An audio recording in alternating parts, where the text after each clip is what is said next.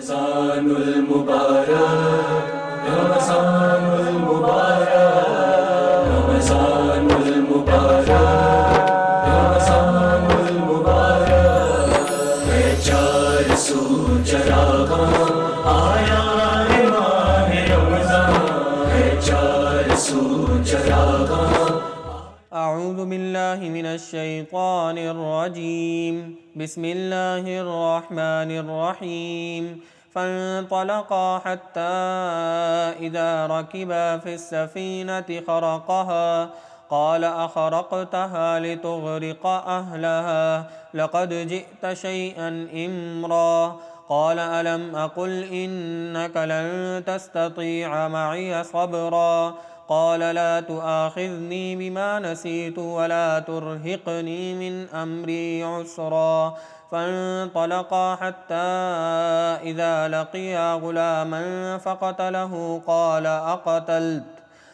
अक़तल्त नफ़्सन ज़किय्यतन बिग़ैरि नफ़्स लक़द जि'त शैअन नुक्रा क़ाल अलम अक़ुल लक इन्नक लन तस्ततीअ मइय सब्रा सदक़ल्लाहुल अज़ीम।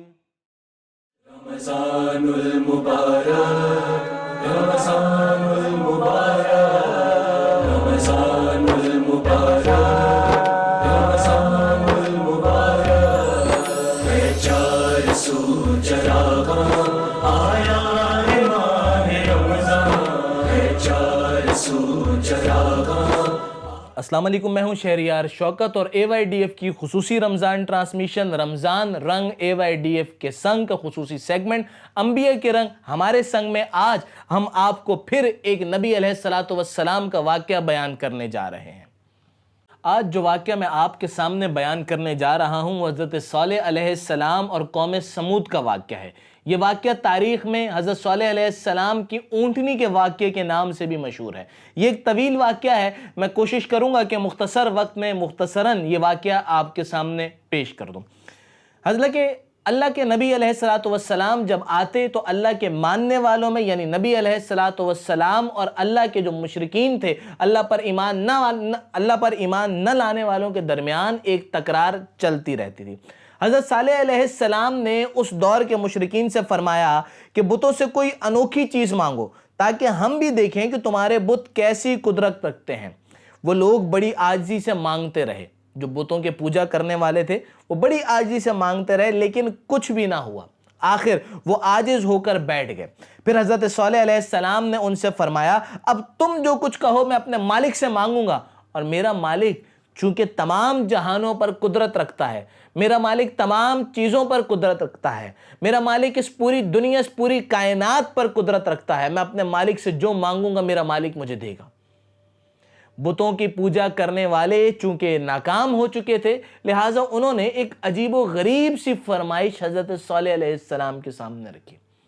उन्होंने हज़रत सालेह अलैहिस्सलाम को एक पत्थर दिखाया और कहा कि वो पत्थर देख रहे हो ना, अपने रब के हुक्म से अपने रब से कहो कि उसमें से एक ऊँटनी हमें निकाल कर दिखाए, और इस ऊँटनी की भी कुछ निशानियां बता दी।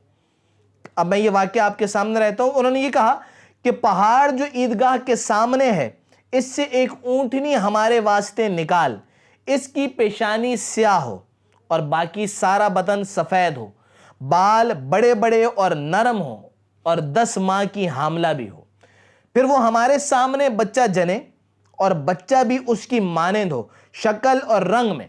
हज़रत सालेह अलैहिस्सलाम ने दोबारा इस्लाम के बारे में इनसे वादा लिया, इनसे इकरार लिया कि अगर ऐसा हो जाता है तो आप सब ज़रूर ईमान लाएंगे।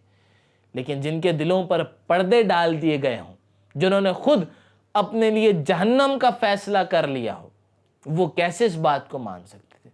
उन्होंने हज़रत सालेह अलैहिस्सलाम ने कहा, बिल्कुल आप ऐसा करके दिखाइए, हम ईमान ले आएंगे, आपके अल्लाह पर आपके रब पर ईमान ले आएंगे। हज़रत सालेह अलैहिस्सलाम ने मुसलमानों को पत्थर के पास ले गए, जो उस दौर में हज़रत सालेह अलैहिस्सलाम के अल्लाह पर, हम सब के अल्लाह पर और हज़रत सालेह अलैहिस्सलाम की तालीमात पर ईमान ला चुके थे, उन्हें उस पत्थर के पास ले गए। 2 रकात नमाज अदा की और फिर खुदा की दरगाह में दुआ करनी शुरू कर दी और साथ में मुसलमानों से कहा कि तुम मेरे पीछे आमीन कहते रहो। हज़रत सालेह अलैहिस्सलाम ने अल्लाह रब्बुल इज़्ज़त से दुआ की कि जिस तरह की ऊँटनी ये मुशरिकीन चाहते हैं वैसी ऊँटनी इस पत्थर से निकाल दीजिए ताकि ये इस्लाम ले आए। ये हज़रत सालेह अलैहिस्सलाम का एक मौजज़ा था कि जब उन्होंने दुआ की तो अल्लाह रब्बुल इज़्ज़त ने उस ऊँटनी को उस पत्थर से निकाल दिया। एकदम वो पत्थर फटा और उसमें से वैसी ही ऊँटनी निकल गई जिसकी पेशानी स्याह, जिसका पूरा जिस्म सफ़ेद, जो 10 माह की हामला, और फिर उस 10 माह की हामला ने उन मुशरिकीन के सामने बच्चा जना और ये बच्चा भी बिल्कुल शक्ल सूरत में, रंग में वैसा ही था जैसी वो ऊँटनी थी। हज़रत सालेह अलैहिस्सलाम का ये मौजज़ा देखकर कुछ तो मुसलमान हो गए, कुछ ने तो ये मान लिया कि सालेह अलैहिस्सलाम का माबूद अल्लाह रब्बुल इज़्ज़त बड़ी ताकत वाला है, वो तमाम जहानों पर ताकत रखता है, वो सब पर कादिर है। लेकिन कुछ ऐसे भी थे कि जिन्होंने अब भी अपने लिए बदबख्ती का रास्ता चुन लिया था। हज़रत सालेह अलैहिस्सलाम ने उन्हें तरगीब दी और उन्हें बताया कि इसका ख्याल रखना, इस पर कोई जुल्म सितम मत करना कि तुम पर अल्लाह का अजाब आ जाए।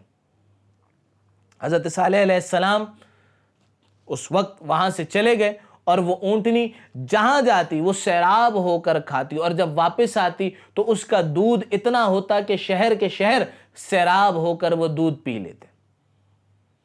इस ऊँटनी का रहन सहन, चलना फिरना ऐसा था कि दीगर जानवर उससे खौफजदा होते थे, तो जिस चरागाह में वो ऊँटनी मौजूद होती वहाँ पर दूसरे जानवर न जा सकते। हज़रत सालेह अलैहिस्सलाम ने इसका भी हल निकाल लिया। ऊँटनी एक दिन जाती चरागाहों में चरती और अगले दिन हज़रत सालेह अलैहिस्सलाम उसको बांध लेते।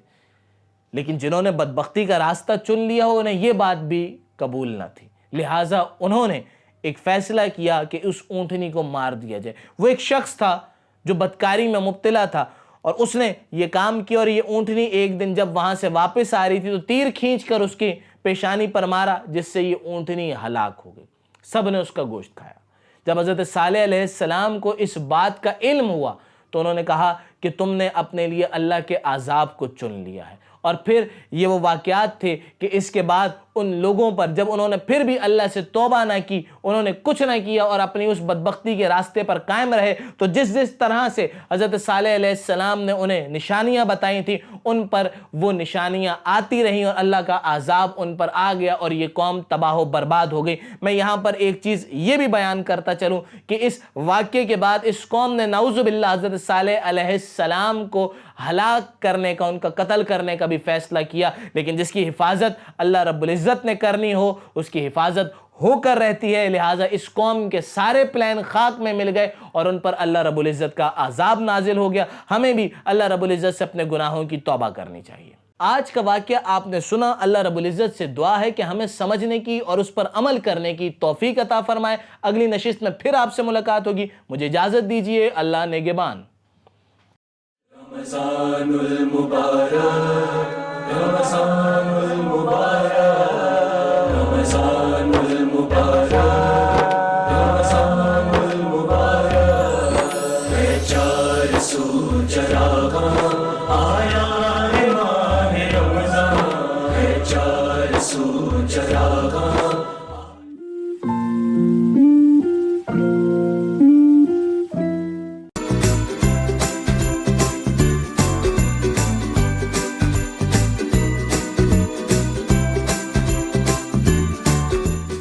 अस्सलामुअलैकुम friends, another day another recipe in your way. आज हम आपको बनाना सिखाएंगे ग्लूटेन फ्री चपाती। एक्चुअली ग्लूटेन फ्री का बहुत ज़्यादा मसला यहाँ पर हो जाता है पाकिस्तान में, स्पेशली कराची में, क्योंकि हमारे पास सीलिएक पेशेंट्स हैं या फिर ग्लूटेन एलर्जिक लोग हैं जिनको ये नहीं पता चलता कि उनको ग्लूटेन फ्री प्रोडक्ट्स कहाँ से मिले या फिर ग्लूटेन फ्री आटा या फिर रॉ मटेरियल कहाँ से मिले जो उनकी एलर्जी को इन्हांस ना करे। हमारे पास जो आज हम आपको चपाती बनाना सिखाएंगे वो इस ग्लूटेन फ्री चपाती मिक्स से बनाना सिखाएंगे जो मैं लेकर आई हूँ। डिफेंस कराची के अंदर एक शॉप है डमास्कस, एक्चुअली एक रेस्टोरेंट है डमास्कस रेस्टोरेंट, और उसके बिल्कुल बराबर में एक शॉप है एलए फ्री फूड्स जहाँ से हम ये चपाती मिक्स लेकर आ रहे हैं। इट्स बिन 2 years जो हम ये वाला आटा यूज़ कर रहे हैं और अभी तक इसमें से कोई भी शिकायत हमें उसका सामना नहीं करना पड़ा। रीज़न उसका एक ये भी है क्योंकि जो इस शॉप के ओनर हैं और जो इस रेस्टोरेंट के ओनर हैं उनको खुद सीलिएक है, डिजीज़ है, और वो ग्लूटेन फ्री खाना खाते हैं, उनको ग्लूटेन जो है उससे नुकसान होता है। ये आटा आप देख सकते हैं, ये है 1.5 kg का पैकेट है और ये कॉस्ट इफेक्टिव है बहुत ज़्यादा, क्योंकि ये हमें पड़ता है 450 रुपीज़ पर kg का, और इसकी एक्सपायरी डेट भी कोई इतना करीब नहीं है। मतलब ये कि आपको अगर चाहिए आप लेकर आइए, इसके 3 पैकेट 4 पैकेट जितनी आपको नीड है आप वो आराम से ले लें, उसको स्टोर करें, यूज़ करें। ना सिर्फ चपाती आप इससे बना सकते हैं बल्कि अपनी समोसे की पट्टियाँ, अपनी रोल की पट्टियाँ, आप अपनी पूरियाँ बना सकते हैं, या जो भी चीज़ इसके लिए आपको आटे की या व्हीट के हिसाब से अगर आपको ऑल पर्पस फ्लोर की ज़रूरत पड़ रही है, आप उसके अंदर ये ग्लूटेन फ्री चपाती मिक्स यूज़ कर सकते हैं। आज हम आपको इससे चपाती बनाना सिखा रहे हैं। कुछ लोगों को ग्लूटेन फ्री आटे से ये शिकायत होती है कि उनके हाथ पर ये आटा बहुत ज़्यादा चिपक रहा है या उनको फॉर्मेशन में बहुत ज़्यादा प्रॉब्लम हो रहा है, तो उसके लिए एक इफेक्टिव तरीका हमने ढूंढ लिया है और उसके थ्रू आज हम आपको चपाती बनाना सिखाएंगे। तो चलिए लेट्स बिगिन। देखिए गाइज, यहाँ पे हम स्टार्ट करते हैं अपनी चपाती बनाना। इसमें से हम लेंगे 3 ये बड़े वाले चमचे जो हैं, कपगीर से थोड़ा छोटा होता है बट टेबल स्पून से बड़ा होता है, सर्विंग स्पून जिसको हम कहते हैं, इसके हम 3 चमचे ये वाला आटा ले रहे हैं और दैट मेक्स अराउंड 3/4 कप, और इससे हमारी 2 अदद चपातियाँ बन जाएंगी। इसके अंदर आप नमक अपने हिसाब से डालिए जिस तरह से आप गंदम के आटे में डालते हैं, और इसको बिल्कुल गंदम के आटे की तरह ही गूंद दीजिए।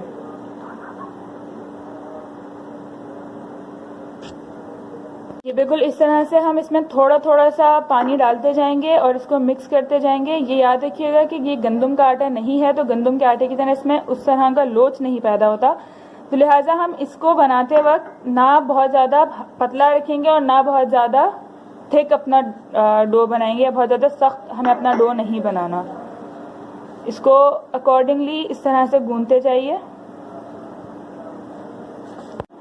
देखिए गाइज, ये अब इस फॉर्म में आ चुका है, और जब ये इस तरह से आ जाए कि इसमें हल्की सी खुश्की बाकी रहे और बाकी ये कि गुन जाए, आप इसमें मज़ीद पानी ऐड करना बंद कर देंगे। और मुश्किल से इस वक्त इसमें आधा कप पानी खर्च हुआ है, और ये देखिए ये बहुत ज़बरदस्त किस्म का डो हमारा तैयार हो रहा है। इसकी हार्डनेस का आई होप आपको अंदाज़ा हो रहा हो मेरी वीडियो से, लेकिन आपको इसको इतना ही हार्ड रखना है। ये देखिए बिल्कुल इस तरह से थोड़ा सा हार्ड डो हमने इसको फॉर्म कर लिया है, और यह हमारा डो चपाती बनाने के लिए तैयार हो चुका है।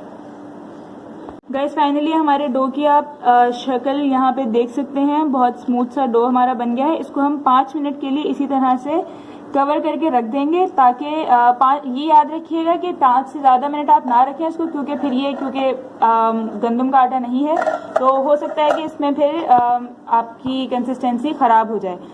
5 मिनट के लिए हम इसको इस तरह से कवर करके रखेंगे और फिर उसके बाद चपाती बनाएंगे इससे।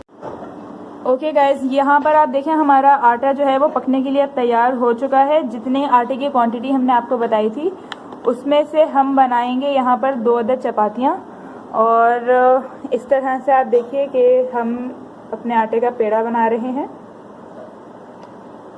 ये याद रखिएगा कि हम इसको एक स्मूथ टेक्सचर में लेकर आएंगे, क्योंकि हर मुमकिन कोशिश कीजिए कि इसका एक स्मूथ टेक्सचर बन जाए, क्योंकि गंदम का आटा नहीं है, इसमें लोच नहीं पैदा होगा। हो सकता है आपके कॉर्नर्स इसमें से थोड़े से फटें, लेकिन उसके लिए आपको परेशान होने की बिल्कुल ज़रूरत नहीं है। रोटी आपकी बिल्कुल परफेक्ट बनेगी। इसके ऊपर जो हम खुश्की यूज़ कर रहे हैं वो उस आटे की नहीं है जिसको हमने गूंदा है।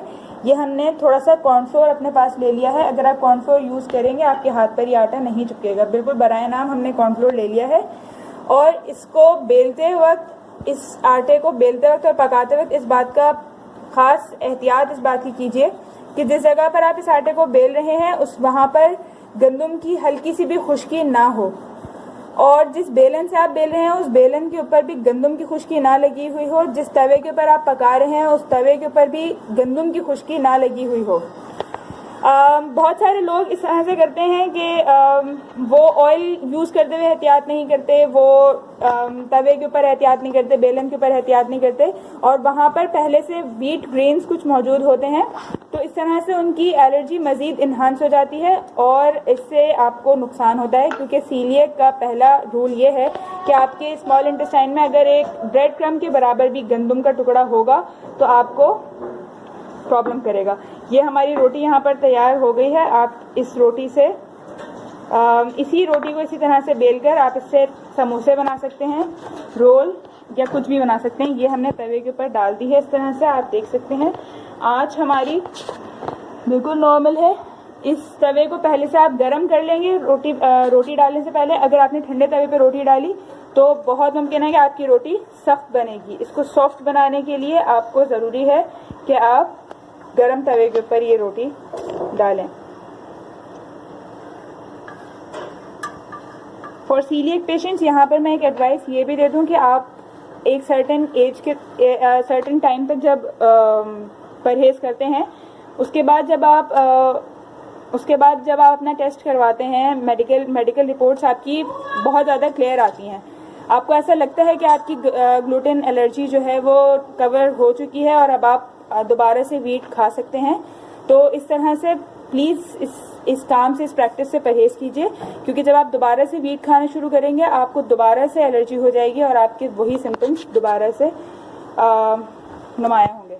ये रोटी आप हमारी देखें, ये पकना शुरू हो चुकी है और इसको जब ये थोड़ा सा कलर अपना चेंज कर ले, आपको लगे, देखिए ये बिल्कुल गंदम के आटे की तरह फूल रही है। हालांकि इसमें गंदम बिल्कुल मौजूद नहीं है, इसमें लोच वाली कोई चीज़ मौजूद नहीं है। ये जब इस तरह से फूलना शुरू हो जाए और इसके ऊपर ये ब्राउन कलर भी आ रहा है, आप इस तरह से देखिए, इसको बिल्कुल गंदम की रोटी की तरह खुली आंच के ऊपर भी सेंक लीजिए ताकि ये अंदर से भी सही पक जाए। –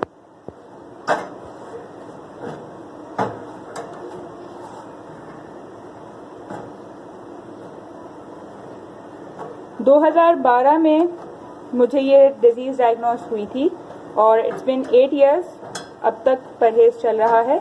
लेकिन बहुत सारे इन 8 सालों में बहुत सारे ऐसे पेशेंट से मिलना हुआ जिन्होंने बीच में एहतियात करना ख़त्म कर दिया और एक दफ़ा उनकी रिपोर्ट्स क्लियर आने के बाद उन्होंने दोबारा से गंदम खाना शुरू कर दिया। I am telling you again, हम गंदम नहीं खाएंगे। यहाँ पर आप देख सकते हैं हमारी रोटी तैयार हो चुकी है और आप इसको प्लीज़ फोल्ड करके दिखा दीजिए। ये बिल्कुल नॉर्मल आटे की तरह रोटी बनी है, जिस तरह से हमारी रोटी होती है, सॉफ्ट, इट्स फोल्डेबल, और ये टूट भी नहीं रही जिस तरह से चावल के आटे की रोटी या फिर मकई के आटे की रोटी होती है। इसी तरह से अब हम अपनी दूसरी रोटी की तरफ आ गए। दूसरी रोटी इसी तरह से सेम प्रोसेस में बिल्कुल हमारी बनेगी, दूसरी चपाती। बस इस आटे को गूंदते वक्त इस बात का ख्याल रखिए कि आपका आटा ज़्यादा सख्त ना हो जाए, क्योंकि अगर आपका आटा सख्त गूंदेगा आपकी रोटी भी सख्त बनेगी। और इतना पतला भी ना कर लीजिए कि आपका आटा बहने लगे, क्योंकि इस आटे में मैंने पहले भी बताया था कि लोच नहीं है, तो इस आटे को कैरी करना बहुत मुश्किल हो जाता है। और ये हमारी दूसरी रोटी भी तैयार हो गई। यहाँ पर आप ये देख सकते हैं, इस रोटी को भी, ये भी इसी तरह से फोल्डेबल है और बहुत सॉफ्ट बनी है। Thank you guys. यहाँ पर आज की हमारी रेसिपी को हम एंड करते हैं और ये मैं उठाकर यहाँ लेकर आ जाती हूँ ताकि आप सब इसका एक क्लोजअप ले सकें।